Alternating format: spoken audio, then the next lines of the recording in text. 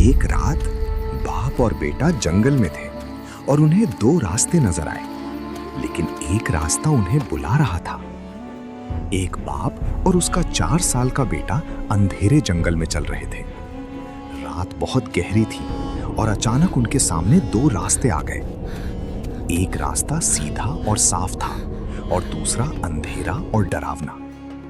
लेकिन अजीब बात यह थी कि अंधेरे वाले रास्ते से हल्की सी आवाज आ रही थी, इधर आओ, यहां आसान रास्ता है। बेटा बोला, अब्बू, ये आवाज हमें बुला रही है। बाप ने फौरन उसका हाथ पकड़ा और कहा, बेटा, शैतान हमेशा आसान रास्ता दिखाता है, लेकिन सही रास्ता हमेशा सीधा होता है।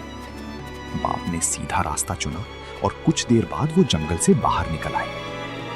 हर आसान रास्ता सही नहीं होता, कभी-कभी सही रास्ता मुश्किल होता है।